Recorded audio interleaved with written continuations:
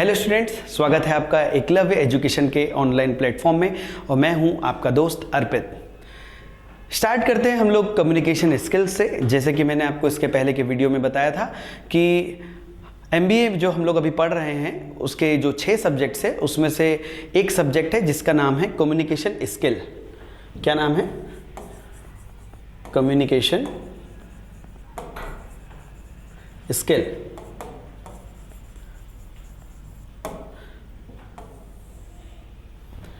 यहाँ कम्युनिकेशन का मतलब होता है संचार और स्किल का मतलब है जो तरीका आप लोग इख्तियार करते हैं किसी भी संवाद को स्थापित करने के लिए, ये ठीक है। तो हम लोग जो टॉप कम्युनिकेशन स्किल्स, जैसा कि आप लोग यहाँ पर वीडियो फोटो में देख रहे हैं, टॉप कम्युनिकेशन स्किल्स के जो प्राइम कॉन्सेप्ट्स है उनमें से एक है एक्टिव लिसनिंग। मतलब एक अच्छा संचार स्थापित करने के लिए आपको एक अच्छा सुनने वाला व्यक्ति भी बनना पड़ेगा। एक्टिव लिसनिंग मतलब वो व्यक्ति जो आपकी बातों को सुन रहा है। अब सुनने के लिए भी एक अच्छा आपको कम्युनिकेशन स्किल होना चाहिए। देखिए, सुनना ये एक अच्छा तरीका है संचार को स्थापित करना। कई बार ऐसा होता है कि व्यक्ति बोलते ही जाता है, अगर वो सुनता नहीं है तो लोग उसकी बातों को गंभीरता से नहीं लेते। सिर्फ कोई व्यक्ति बोले ही जा रहा है तो क्या आप उसको गंभीरता से ले सकते हैं? नहीं। तो आप एक अच्छी वार्ता स्थापित करने के लिए अच्छे से सुनने योग्य भी होना चाहिए आपको। तो आपको जब कम्युनिकेशन स्किल स्थापित करना होगा तो आपको एक्टिव लिसनिंग भी करना पड़ेगा, आपको अच्छे से सुनना भी पड़ेगा। कई बार होता है ना कि हम लोग सिर्फ कहते ही जाते हैं, सुनते किसी की नहीं है, तो वहाँ पर भी आपका संवाद स्थापित नहीं हो सकता है। इसलिए आपको सुनना भी आना चाहिए। कम्युनिकेशन की मेथड अच्छी होना चाहिए। कम्युनिकेशन की मेथड से यहाँ पर क्या मतलब है? कम्युनिकेशन की मेथड से यहाँ पर मतलब है कि जब आप किसी से संवाद स्थापित करें या किसी से बात करें तो आपको वो तरीका पता होना चाहिए, वो मेथड पता होना चाहिए कि किस तरह से आपको उसकी बातों को कितनी गंभीरता से सुनना है और लेना है। ठीक है। फ्रेंडलीनेस, भाई संवाद में जो आप अपने संवाद स्थापित कर रहे हैं तो उस संवाद में फ्रेंडलीनेस भी होना चाहिए। फ्रेंडलीनेस का मतलब होता है कि भाई कई बार क्या होता है, जैसे आप दूसरे क्षेत्रों में जाते हैं तो आप देखते होंगे आप उनकी भाषाओं से फेमिलियर नहीं हो पाते हैं। जैसे अगर मान लीजिए कि हम भोपाल जाते हैं तो भोपाल की भाषाओं में थोड़ा सा परिवर्तन होता है। उनकी भाषाएं कई बार क्या बोले आपने, हमको समझ में नहीं आया। तो इस तरह से भी होता है। जैसे लोकल लैंग्वेज लोग यूज़ करते हैं। आप लोग कभी कोई बहुत ग्रामीण क्षेत्रों में गए होंगे तो वहाँ के जो बुजुर्ग लोग हैं वो आपको जिस तरह से बोलते हैं तो कई ऐसी चीज़ें हो जाती है जो आपको समझ ही नहीं आती। तो एक संवाद के लिए आपको उस भाषा का सही ज्ञान होना भी आवश्यक है। फ्रेंडलीनेस होना चाहिए उस भाषा से। ठीक है। कॉन्फिडेंस तो सबसे ज़्यादा ज़रूरी है। भाई जब तक आप में कॉन्फिडेंस ही नहीं रहेगा, आप बातों को समझ ही नहीं पाएंगे या अच्छे से रख ही नहीं पाएंगे तो आप कहीं ना कहीं फेल हो जाएंगे अच्छे कम्युनिकेशन में, और वो आपको कहीं ना कहीं तकलीफ दे देगा कॉन्फिडेंस क्रिएट करने में। ठीक है। जब आपके पास अच्छा ज्ञान होता है तो आप उस भाषा में बहुत कॉन्फिडेंस और बहुत होल्ड लेके चलते हैं। तो कॉन्फिडेंस बहुत ही आवश्यक तत्व है। ठीक है। शेयरिंग फीडबैक से मतलब क्या होता है? फीडबैक आप लोग लेते हैं ना। जैसे जब आप कोई काम को करते हैं तो उस काम के लिए फिर आप लोगों से पूछते हैं कि भैया आपको हमारा ये काम कैसा लगा। अगर आपको काम हमारा अच्छा लगा तो हाँ कहिए, और अगर बुरा लगा तो ना कहिए।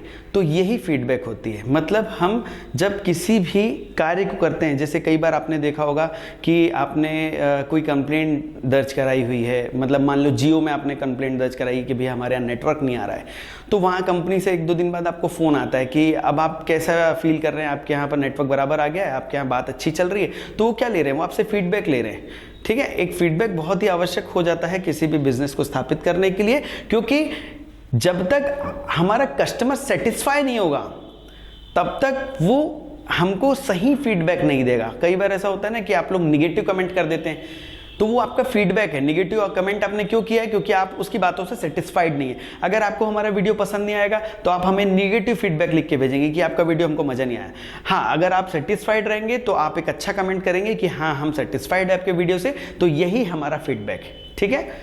मैं आपको बहुत ही आसान तरीके से समझाने की कोशिश कर रहा हूँ, बहुत ज़्यादा डीप नहीं जा रहा हूँ मैं, ठीक है? ठीक है। Volume and clarity. देखिए वॉल्यूम, आप जब संवाद स्थापित करते हैं तो वॉल्यूम और क्लैरिटी, ये दोनों का भी बहुत ही विशेष योगदान होता है आपके कम्युनिकेशन में। वॉल्यूम का मतलब ये होता है कि कभी कभी जब हम लोग बात करते हैं तो आपने देखा होगा कुछ लोग बहुत ही ऊंचे स्वर में बात कर रहे हैं, तो वो बात कर रहे हैं तो ऐसा लगता है कि हमको चिल्ला रहा है। कुछ ऐसे क्षेत्र हैं, जैसे आप जाइए नरसिंहपुर, जबलपुर, तो वहाँ पर लोग जब लोग बात करते हैं, जैसे आप महाराष्ट्र में जाइएगा, बहुत तेज बोलते हैं, बहुत एकदम खड़ी भाषा में, खड़ी बोली में भाषा करते हैं, तो उसमें भी आपको भी ऐसा लगेगा कि यार पता नहीं इनका क्या इंटेंशन है। जब अब इंटेंशन क्लियर नहीं हो पाता है तो वॉल्यूम बहुत ही आवश्यक है। जब आप सभ्यता से बात करते हैं तो आपका वॉल्यूम बहुत कम होता है, बहुत ही नीचे स्वर में आप बात करते हैं और क्लैरिटी के साथ बात करते हैं। जब लोग बहुत ही चिल्ला के बात करते हैं, शाउटिंग करते हैं, तो आवाज़ भी क्लियर नहीं आती, वॉल्यूम भी तेज होता है, इससे सही संवाद स्थापित नहीं होता है। आपके बाजू में कोई बैठ गया है, मान लीजिए आपके बाजू में कोई बैठा है और वो आपको तेज तेज एकदम चिल्ला चिल्ला के आपके कान के पास बात कर रहा है, तो आपको इरिटेशन क्रिएट होगा। आप बोलोगे यार भैया धीरे बोलो, मैं आपके बाजू में ही बैठा हूँ।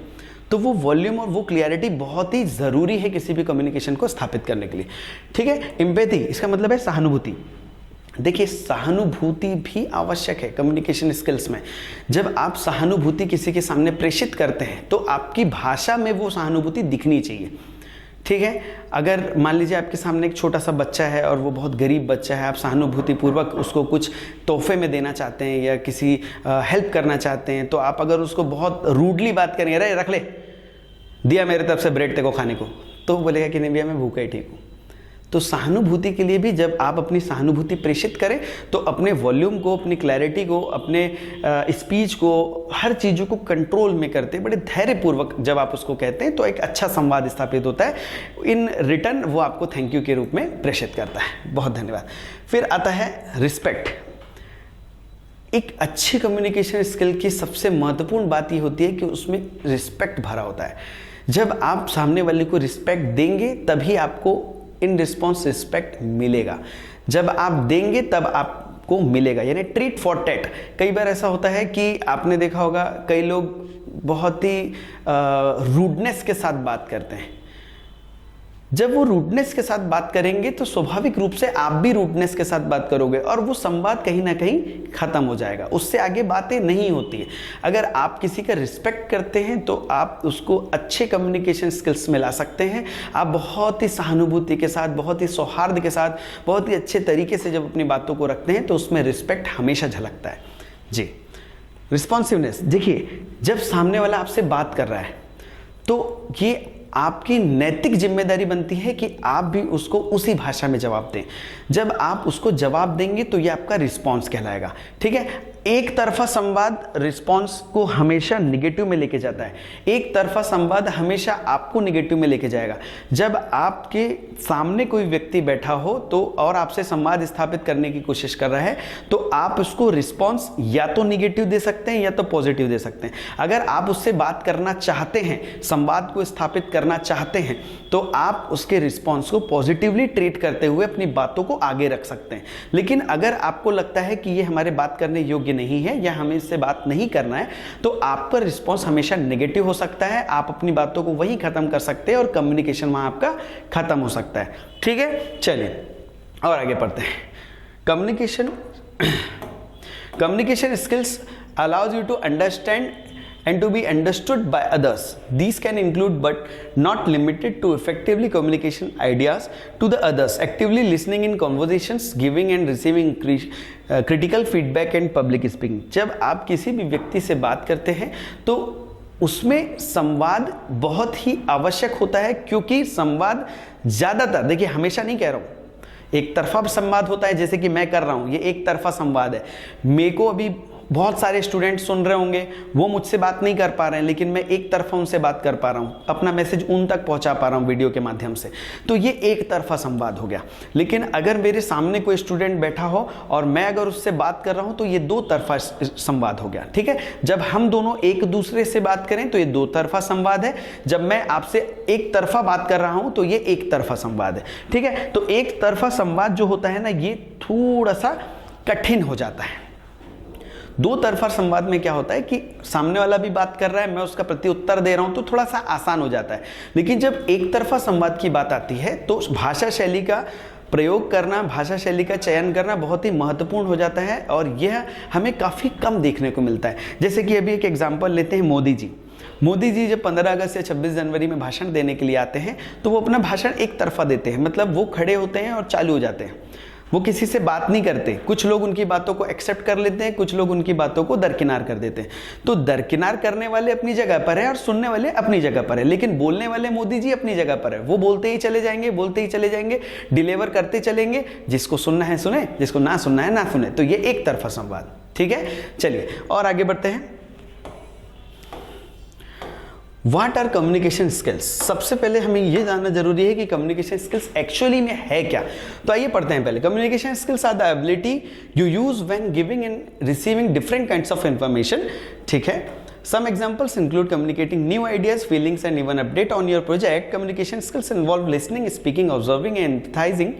It is also helpful to understand the difference in how to communicate through face-to-face interactions, phone conversations, and digital communications like email and social media. ठीक है, चलिए। Communication skills are the ability use when giving receiving kinds of information. Communication skills वो ability है जिसमें आप संवाद को स्थापित करते हैं, अपने लिए सुनने के लिए भी और अपने साथ बोलने के लिए भी, ठीक है। इसके कहने का मतलब यह है कि हम जब इंफॉर्मेशंस का एक्सचेंज करते हैं, जब हम इंफॉर्मेशंस का एक्सचेंज करते हैं, इंफॉर्मेशन लेते भी हैं और इंफॉर्मेशन देते भी हैं, तो यह कम्युनिकेशन का एक कॉन्सेप्ट हो सकता है। इसके कुछ एग्जांपल्स है। कम्युनिकेटिंग न्यू आइडियाज, फीलिंग्स और even an update on your project. जब आपका कोई प्रोजेक्ट हो, मान लीजिए आपकी कोई फीलिंग्स हो, आपका कोई आइडिया हो, जब आप किसी के सामने प्रेषित करते हैं अपने आइडिया को, तो ये भी कम्युनिकेशन स्किल्स का एक पार्ट है। देखिए, अगर मेरे दिमाग में ये आया कि मैं ऑनलाइन आप लोगों को MBA पढ़ाऊं, तो ये मेरा आइडिया है, तो ये आइडिया आपके पास कैसे पहुंचेगा? जब मैं आपको इसको बताऊंगा कि ये मेरा आइडिया है। तो ये मैंने आपको कैसे बताया? मौखिक रूप से बोल के बताया, ठीक है। इसको फिर मैंने क्या किया कि टेलीकास्ट किया, ठीक है। तो अब मैं लिखित रूप से भी आपको बता रहा हूं कि मैं क्या करना चाह रहा हूं, मैं आपको कम्युनिकेशन समझा रहा हूं। तो इसमें मेरे बहुत सारी चीजें एक साथ काम कर रही है। मतलब मैं आपको अपने मुख से बोलकर बता भी रहा हूं, मैं अपनी फीलिंग्स, अपने एक्सप्रेशन से भी बता रहा हूं, मैं लिख कर आपको रिटर्न तरीके से भी बता रहा हूं कि ये मेरा तरीका है अपने मैसेज को आप तक पहुंचाने का। तो ये भी कम्युनिकेशन स्किल्स का एक बहुत इंपॉर्टेंट कॉन्सेप्ट है, जिसमें हम लेखन, मौखिक और लिखित रूप से भी हम आपको समझा रहे हैं, ठीक है। चलिए आगे बढ़ते हैं। Communication skills involve listening, speaking, observing. भैया मैंने अभी आपको 1 मिनट पहले बताया कि भैया मैं लिसनिंग है ना, आप लोग सुन भी रहे हैं ना। भाई मैं संवाद स्थापित कैसे कर रहा हूं? मैं अकेले यहां बोलते जाऊंगा और आप लोग सुनेंगे ही नहीं, तो क्या एक अच्छा कम्युनिकेशन स्किल्स हो सकता है? नहीं हो सकता है। तो अगर मैं कह रहा हूं, मतलब मैं स्पीकिंग कर रहा हूं, तो आप लिसनिंग भी कर रहे हैं, तभी हमारा कम्युनिकेशन बन पा रहा है। अगर मैं बोलने की क्षमता ही नहीं रहेगी मुझ में, मैं बोल ही नहीं पाऊंगा, तो आप सुनेंगे क्या? यानी मेरी एक्टिव स्पीकिंग भी नहीं होगी तो आपकी एक्टिव लिसनिंग भी नहीं होगी, ठीक है। तो both are complementary to each other and both are useful for the communication skills, okay, ठीक है। आगे पढ़ते हैं। It is also helpful to understand the difference into how to communicate through face to face interaction। भाई face to face interaction करने के लिए भी communication skills बहुत आवश्यक है। जब आप सिर्फ मुझे देख पाएंगे और मैं बोल ही नहीं पाऊंगा, तो भी communication skill नहीं क्रिएट हो सकता, ना आप मेरी बातों को समझ पाएंगे, ना मैं आपको समझा सकता हूं। तो ये बहुत आवश्यक है कि जब हम दोनों एक दूसरे से इंटरेक्ट हो, तो एक एक्टिव लिसनर रहे, एक एक्टिव स्पीकर रहे। तो जब हम संवाद को स्थापित कर रहे हैं, जैसे कि अभी आप मेरे वीडियो को देख रहे होंगे, तो मेरी आवाज़ आप तक पहुंच पा रही होगी। तो जब आप तक आवाज़ पहुंच पा रही है, तभी आप मेरी चीज़ों को समझ पा रहे हैं, मतलब आप एक लिसनर हैं, आप मेरी बातों को सुन रहे हैं। मैं स्पीकर हूँ, मैं यहाँ पर एक स्पोक पर्सन के रूप में यहाँ पर खड़ा हूँ और मैं आपको चीज़ें बता रहा हूँ। तो जब मैं बता रहा हूँ तभी आप सुन पा रहे हैं, या आप इसको थोड़ा सा उल्टा कर लीजिए, अगर आप सुनेंगे ही नहीं तो मैं बताऊंगा क्यों? So both are essential, both are important. So this is the most important phenomena in the communication skill, ठीक है। आगे बढ़ते हैं। Digital conversations, email, social media. भाई सोशल मीडिया या डिजिटल, आप लोग जब ईमेल करते हैं तो ईमेल में आप क्या करते हैं? लिखित रूप से संवाद को स्थापित करते हैं। अगर मैंने आपको व्हाट्सएप पे मैसेज किया, मान लीजिए मैंने आपको मैसेज किया, हेलो हाउ आर यू। आपने उस मैसेज को पढ़ा और आपने रिप्लाई दिया आई एम फाइन। संवाद यहाँ मौखिक रूप से नहीं है, एक्सप्रेशन रूप से भी नहीं है, फीलिंग्स में भी नहीं है, यहाँ पर वो है सिर्फ और सिर्फ रिटन फॉर्म में। मैंने आपको लिखा हेलो हाउ आर यू, आपने लिखा आई एम फाइन। मतलब मेरा मैसेज आप तक कन्वे गया किस फॉर्म में? रिटन फॉर्म में, ठीक है। और आपने उसका रिवर्ट किया, आपने मैसेज वापस भेजा और रिवर्ट किया किस फॉर्म में? रिटन फॉर्म में। तो कम्युनिकेशन स्किल इस तरह से भी स्थापित हो सकता है। सोशल मीडिया में अगर मैंने ये वीडियो डाला, ये वीडियो मैंने जो डाला है, जो आप अभी देख रहे हैं, सोशल मीडिया के माध्यम से भी हम लोग संवाद को स्थापित कर रहे हैं। देखिए मैं वीडियो कॉन्फ्रेंसिंग में हूं, आप इसमें कमेंट कर सकते हैं, ठीक है। मतलब मैंने आपको डिजिटली अपना फिजिकल एग्जिस्टेंस दिखाते हुए मौखिक रूप से जानकारी दिया और उसके बाद में आपने उसको रिटन रूप पे थैंक यू या गुड वीडियो इस टाइप के कमेंट करके ये मुझे बता दिया कि हाँ ठीक है हमने अप्रिशिएट किया है। तो यहाँ भी कम्युनिकेशन स्किल्स हमारी डेवलप हुई है और कम्युनिकेशन हुआ है, हम दोनों के बीच में संचार स्थापित हुआ है। चलिए ठीक है आगे बढ़ते हैं। Examples of communication skill.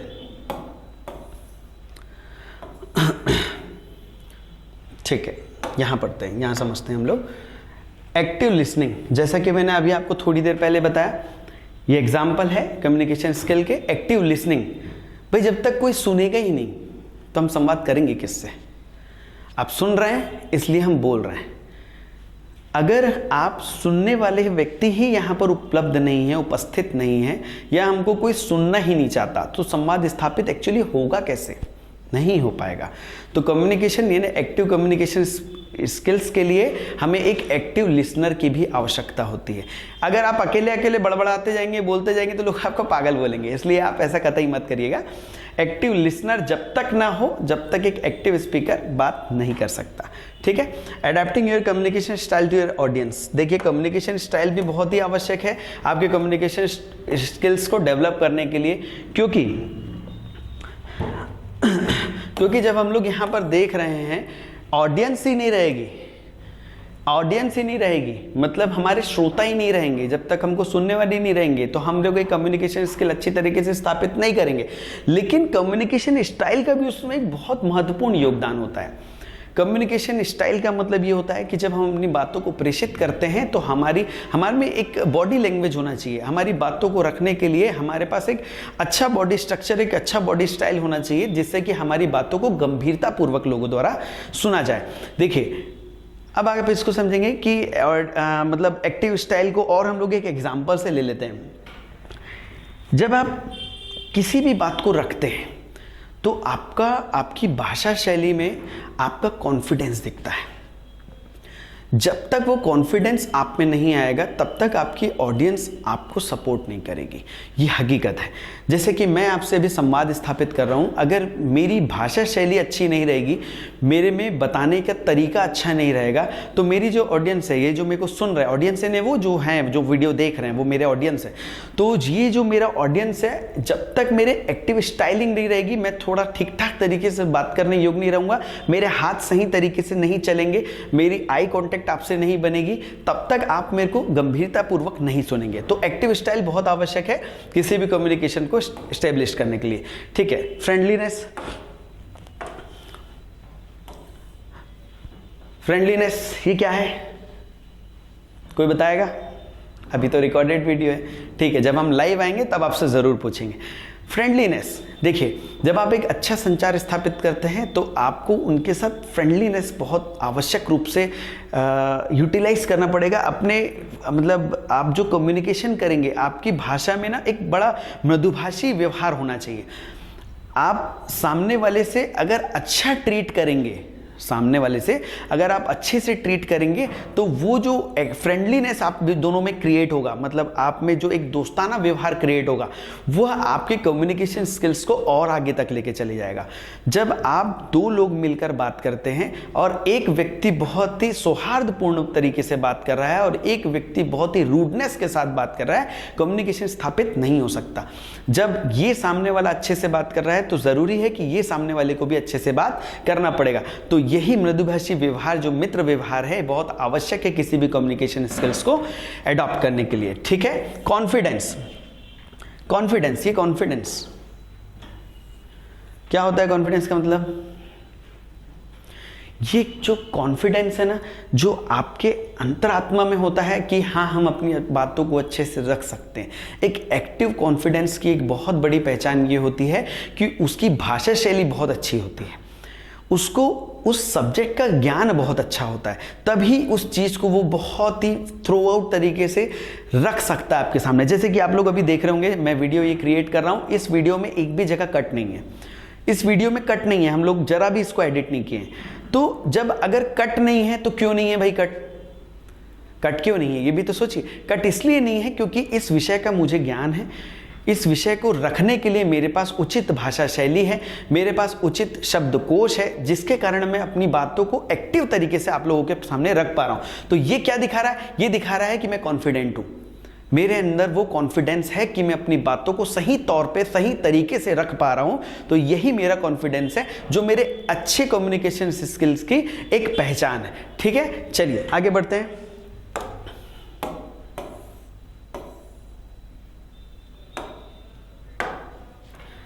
Giving and receiving feedback. भैया फीडबैक देना मैंने अभी आपको थोड़ी देर पहले ही बताया था, फीडबैक बहुत आवश्यकता होती, बहुत आवश्यक हो जाता है फीडबैक। फीडबैक मतलब कि हमने जो प्रोडक्ट डिलीवर किया, यानी हमने जो सर्विस दिए, इसके बारे में आपके क्या विचार हैं।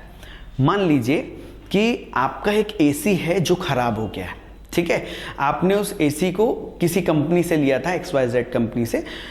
अब उस XY कंपनी का एसी आपका ख़राब हो गया है और आपने उसको कॉल किया कंपनी में कि भैया मेरा एसी ख़राब हो गया है, एसी को सुधार दीजिए। तो वो बोले ठीक है मैडम, अभी एक दिन में आपका एसी हम सुधार देंगे। ठीक है, तो 2 दिन जब आपका एक दिन निकल गया, एसी आपका व्यक्ति कोई आ गया उनकी कंपनी से सुधार दिया। अब 2 दिन बाद 3 दिन बाद वो क्या करेंगे कि एक फ़ोन आपको करेंगे कि मैडम हम फलाना कंपनी से बात कर रहे हैं, आप मुझे बताइए कि आपकी एक कंप्लेंट थी कि आपका एसी ख़राब हो गया है, तो क्या आपका एसी ठीक हो चुका है? तो आप 2 ही चीज़ें बोलेंगे, या तो ठीक हो चुका है या तो नहीं हुआ है।